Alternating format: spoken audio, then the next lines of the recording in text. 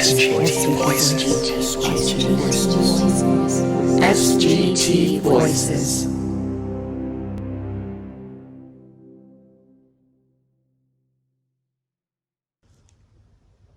Good evening and happy holidays.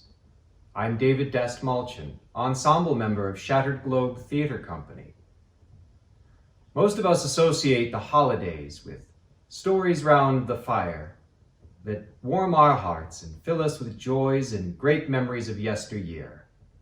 But the holidays are also a time for spinning great yarns, wrapped in mysteries of the spectral and beyond. The story The Kit Bag by Algernon Blackwood was first published in Pall Mall magazine in 1908. So gather near, get your cup of cocoa or tea or whatever other holiday cheer you might imbibe, and enjoy this tale by Algernon Blackwood. The Kit Bag. When the words "not guilty" sounded through the crowded courtroom that dark December afternoon, Arthur Wilbraham, the great criminal K.C. and leader for the triumphant defense, was represented by his junior, but Johnson, his private secretary, carried the verdict across to his chambers like lightning.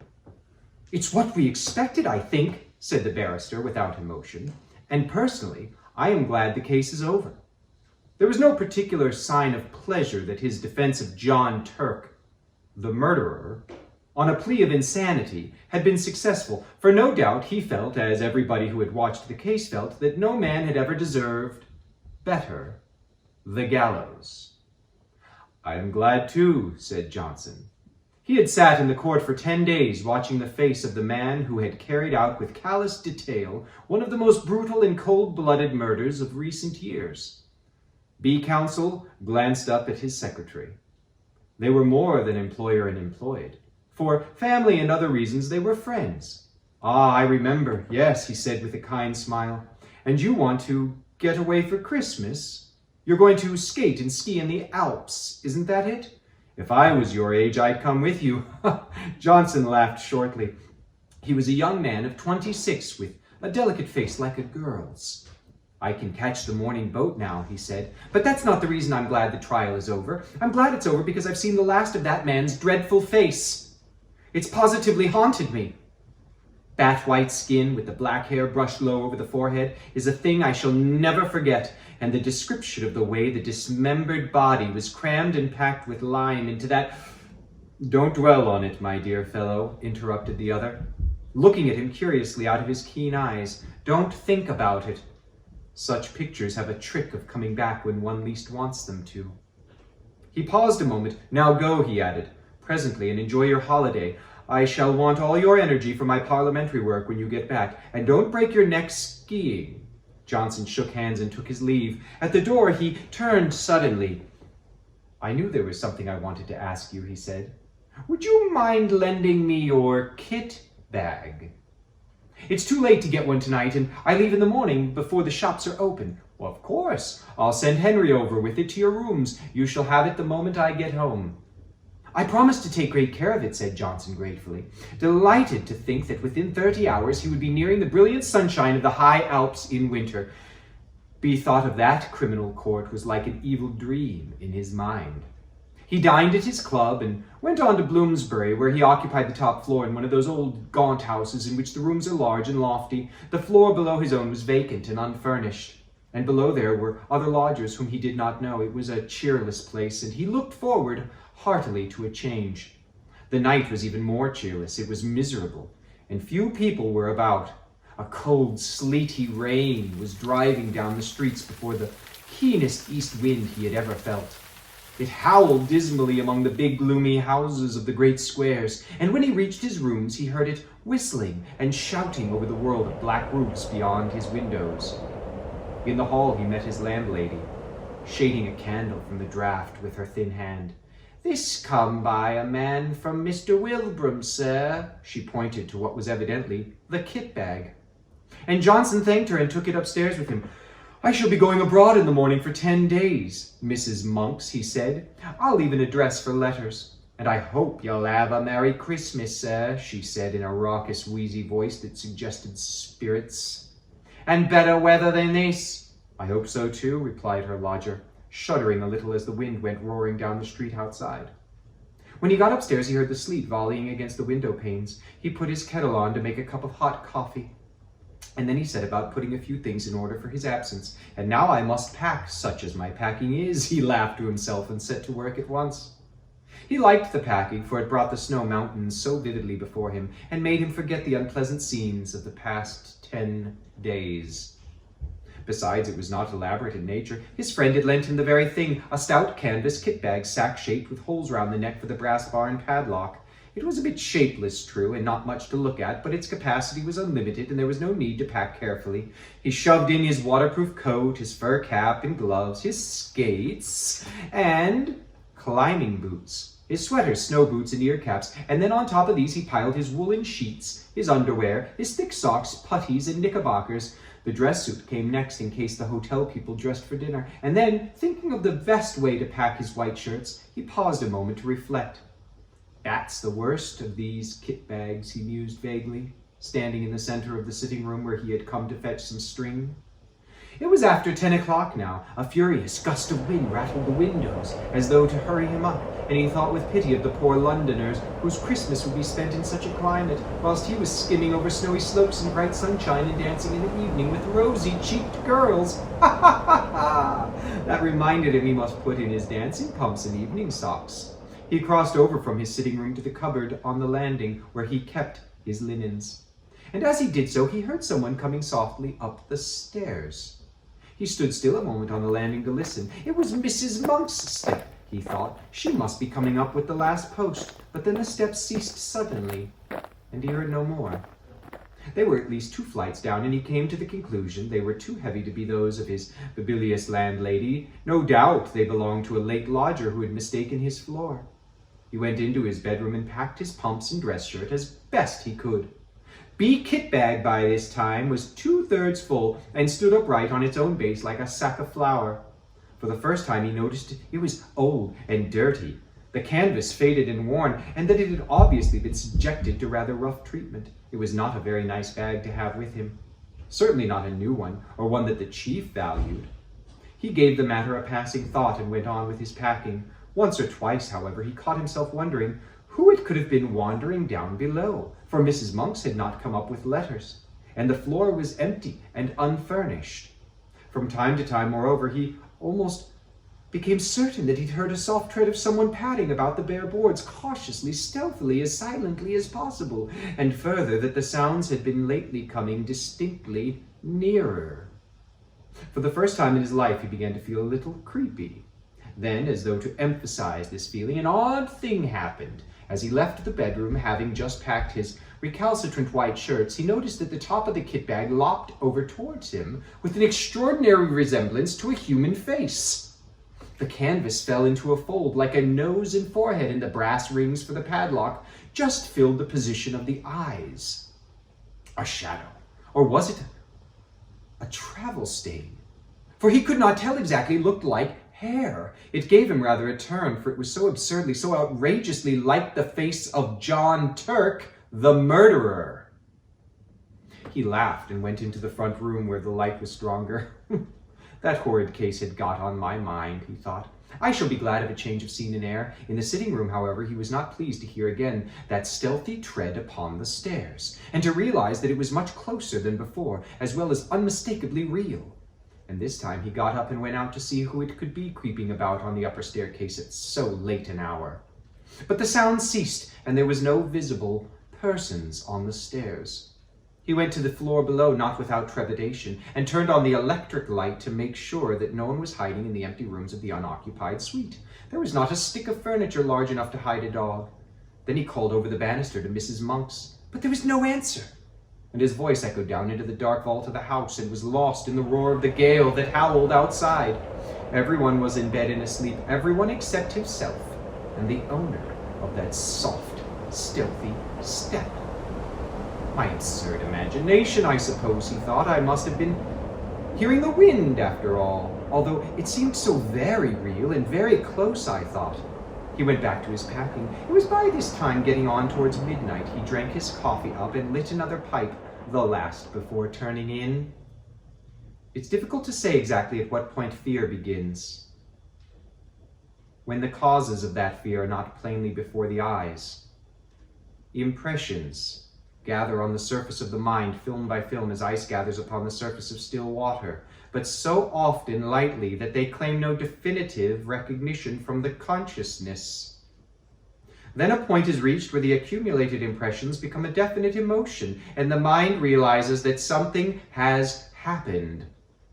With something of a start, Johnson suddenly recognized that he felt nervous, oddly nervous, also that for some time past, the causes of this feeling had been gathering slowly in his mind, but that he had only just reached the point where he was forced to acknowledge them. It was a singular and curious malaise that had come over him, and he hardly knew what to make of it. He felt as though he were doing something that was strongly objected on by another person, moreover, who had some right to object. It was a most disturbing and disagreeable feeling, not unlike the persistent promptings of conscience, almost, in fact, as if he were doing something he knew to be wrong. Yet, though he searched vigorously and honestly in his mind, he could nowhere lay his finger upon the secret of this growing uneasiness, and it perplexed him. More, it distressed and it frightened him. "Pure nerves, I suppose," he said out loud with a forced laugh. "Mountain air will cure all of that. He added, still speaking to himself, of course. "And that reminds me, my snow glasses." He was standing by the door of the bedroom during this brief soliloquy, and as he passed quickly towards the sitting room to fetch them from the cupboard, he saw out the corner of his eye the indistinct outline of a figure standing on the stairs, a few feet from the top. It was someone in a stooping position, with one hand on the banisters and the face peering up towards the landing, and at the same moment he heard a shuffling footstep. The person who had been creeping out below all this time had at last come to his own floor. Who in the world could it be? And what in the name of heaven did he want? Johnson caught his breath sharply and stood stock still, and after a few seconds' hesitation he found his courage and turned to investigate. The stairs, he saw to his utter amazement, were empty. There was no one. He felt a series of cold shivers run over him, and something about the muscles of his legs gave a little, and they grew weak. For the space of several minutes he peered steadily into the shadows that congregated about the top of the staircase, where he had seen the figure, and then he walked fast, almost ran, in fact, into the light of the front room. But hardly had he passed inside the doorway when he heard someone come up the stairs behind him. It was a quick, bounding sound, and it went swiftly into his bedroom. It was heavy, but at the same time a stealthy footstep, the tread of somebody who did not wish to be seen. And it was at this precise moment that the nervousness he had hitherto experienced leaped the boundary line and entered the state of fear, almost of acute, unreasoning fear, before it turned into terror. There was a further boundary to cross, and beyond that again lay the region of pure horror. Johnson's position was an unenviable one. By Jove, that was something on the stairs. Then he muttered to himself, his flesh crawling all over, and whoever it was has now gone into my bedroom. His delicate pale face turned absolutely white, and for some minutes he hardly knew what to think or do. Then he realized intuitively that delay only set a premium upon fear, and he crossed the landing boldly and went straight into the other room where a few seconds before the steps had disappeared. "Who's there? Is that you, Mrs. Monks?" he called out. As he went, and he heard the first half of his words echo down the empty stairs, while the second half fell dead against the curtains in a room that apparently held no other human figure than his own. "Who's there?" he called again in a voice unnecessarily loud, and that only just held firm. "What do you want here?"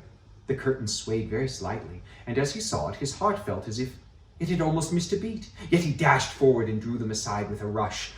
A window steaming with rain was all that met his gaze. He continued his search, but in vain. The cupboards held nothing but rows of cloths, hanging motionless, and under the bed there was no sign of anyone hiding. He stepped backwards into the middle of the room, and as he did so, something all but tripped him. Turning with a sudden spring of alarm, he saw the kit bag. Odd, he thought. That's not where I left it. A few moments before, it had surely been on his right. Between the bed and the bath, he did not remember having moved it. It was very curious. What in the world was the matter with everything? Were all of his senses gone queer? A terrific gust of wind tore at the windows, dashing the sleet against the glass with the force of a small gunshot, and then fled away howling dismally over the waste of Bloomsbury roofs. A sudden vision of the Channel next day rose in his mind and recalled him sharply to realities. "There's no one here at any rate, that's quite clear," he exclaimed out loud. Yet at the time he uttered them, he knew perfectly well that his words were not true, and that he did not believe them himself. He felt exactly as though someone was hiding close behind him, watching all his movements, trying to hinder his packing in some way. "And 2 of my senses," he added, keeping up the pretense, "have played me the most absurd tricks. The steps I heard and the figure I saw were both entirely imagined." He went back to the front room, poked the fire in a blaze, and sat down before it to think. What impressed him more than anything else was the fact that the kit bag was no longer where he had left it. It had been dragged nearer to the door. What happened afterwards that night happened, of course, to a man already excited by fear, and was perceived by a man that had not the full and proper control, therefore, of the senses. Outwardly, Johnson remained calm and master of himself to the end, pretending to the very last that everything he witnessed had a natural explanation, or was merely a delusion of his tired nerves. But inwardly, in his very heart, he knew all along that someone had been hiding downstairs. Someone had been hiding in the empty suite when he came in, and that this same person had watched his opportunity and then stealthily made his way up to the bedroom, and that all he saw and heard afterwards, from the moving of the kit bag to the other things that this story has to tell, were caused directly by the presence of this invisible person. And it was here, just when he most desired to keep his mind and thoughts controlled by the vivid pictures received day after day upon the mental plates exposed in the courtroom of the Old Bailey, came strongly to light and developed themselves in the dark room of his inner vision. Unpleasant, haunting memories have a way of coming to life again just when the mind least desires them, in the silent watches of the night on sleepless pillows during the lonely hours spent by sick and dying beds. And so now, in the same way, Johnson saw nothing but the dreadful face of John Turk, the murderer, lowering at him from every corner of his mental field of vision, the white skin, the evil eyes, and the fringe of black hair low over the forehead. All the pictures of those 10 days in court crowded back into his mind unbidden and very vivid. "This is all rubbish and nerves," he exclaimed at length, springing with sudden energy from his chair. "I shall finish my packing and go to bed. I'm overwrought, overtired. No doubt at this rate I shall hear steps and hear things all night. But his face was deadly white all the same. He snatched up his field glasses and walked across the bedroom, humming a music hall song as he went, a trifle too loud to be natural, and the instant he crossed the threshold and stood within the room, something turned cold about his heart, and he felt the very hair on his head stand up. The kit bag lay close in front of him, several feet nearer to the door than he had left it. And just over its crumpled top, he saw a head and face slowly sinking down out of sight, as though someone were crouching behind it to hide. And at that same moment, a sound like a long-drawn sigh was distinctly audible in the still air about him between the gusts of the storm outside. Johnson had more courage and willpower than the girlish indecision of his face indicated, but at first such a wave of terror overcame him that for some seconds he could do nothing but stand and stare. A violent trembling ran down his back and legs, and he was conscious of a foolish, almost a hysterical impulse to scream out loud. That sigh seemed in his very ear, and the air still quivered with it. It was unmistakably a human sigh. "Who's there?" he said at length, finding his voice, but though he meant to speak with loud decision, the tones came out instead in a faint whisper, for he had partly lost the control of his tongue and lips. "Who's there?" He stepped forward so that he could see all round and over the kit bag. Of course there was nothing there, nothing but the faded carpet, the bulging canvas sides. He put out his hands and threw open the mouth of the sack, where it had fallen open, being only 3 parts full, and then he saw for the first time that round the inside, some 6 inches from the top, there ran a broad smear of dull crimson. It was an old and faded blood stain. He uttered a scream and drew back his hands as if they had been burnt. At the same moment, the kit bag gave a faint but unmistakable lurch forward towards the door. Johnson collapsed backwards, searching with his hands for the support of something solid, and the door, being further behind him than he realized, received his weight just in time to prevent his falling, and shut with a resounding bang. At the same moment, the swinging of his left arm accidentally touched the electric switch, and the light in the room went out.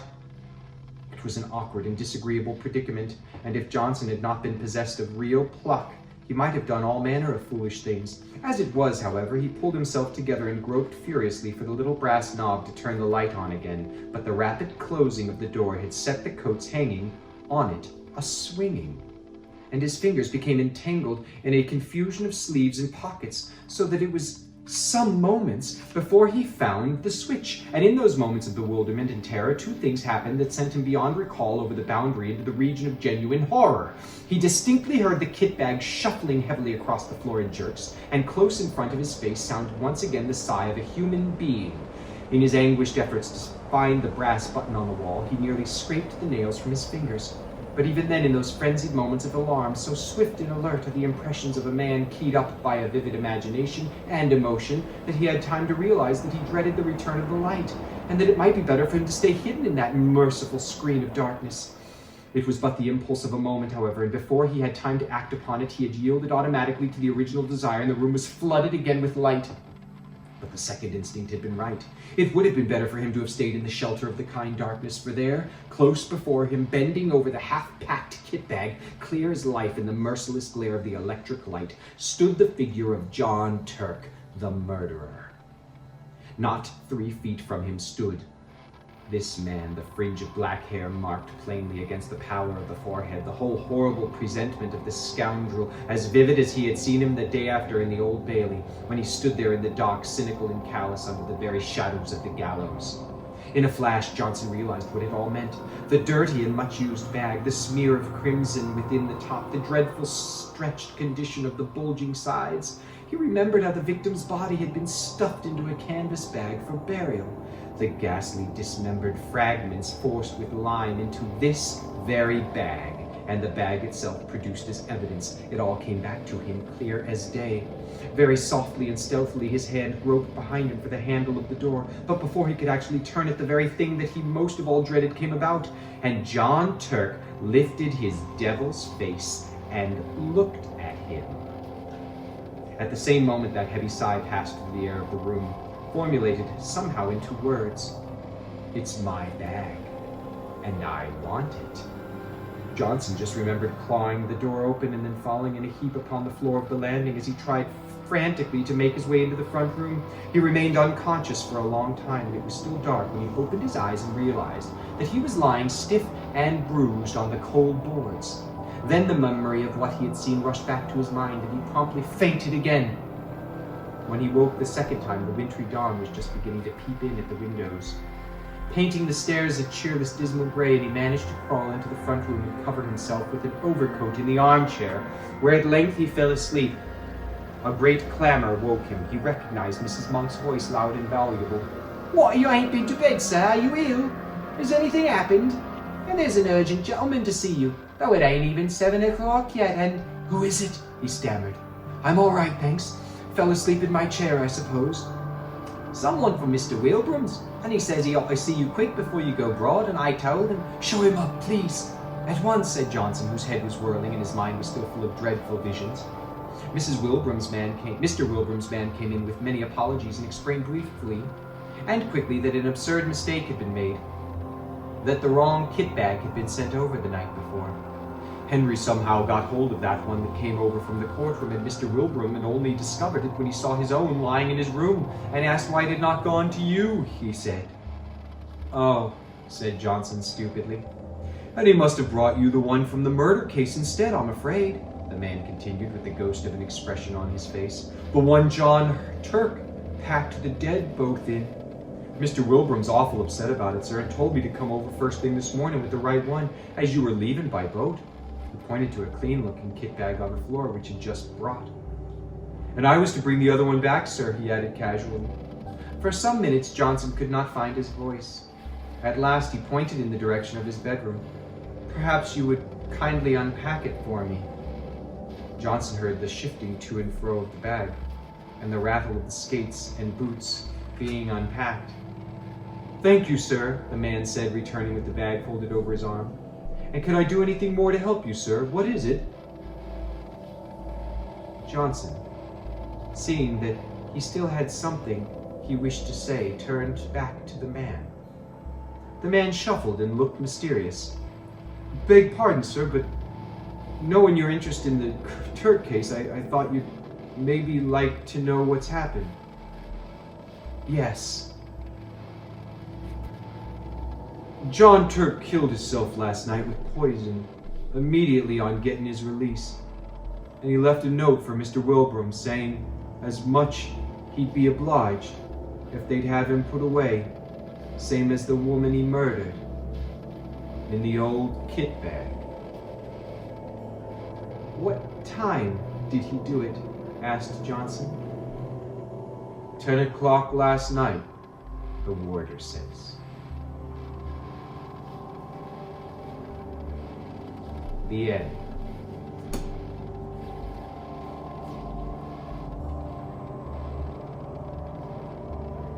Happy holidays.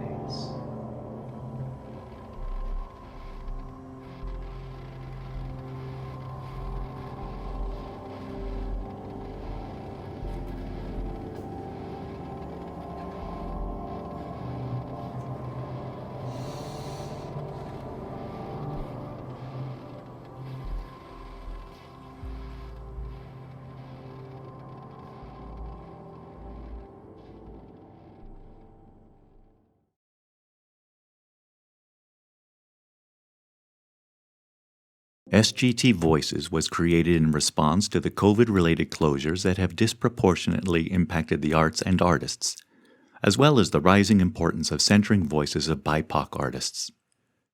The series seeks to provide a virtual platform with logistical and financial support to Shattered Globe Ensemble members and our affiliate artists. SGT Voices delivers a channel through which Shattered Globe can continue to engage, entertain, and challenge our audiences, even from a distance. Your support for this programming is welcomed and deeply appreciated.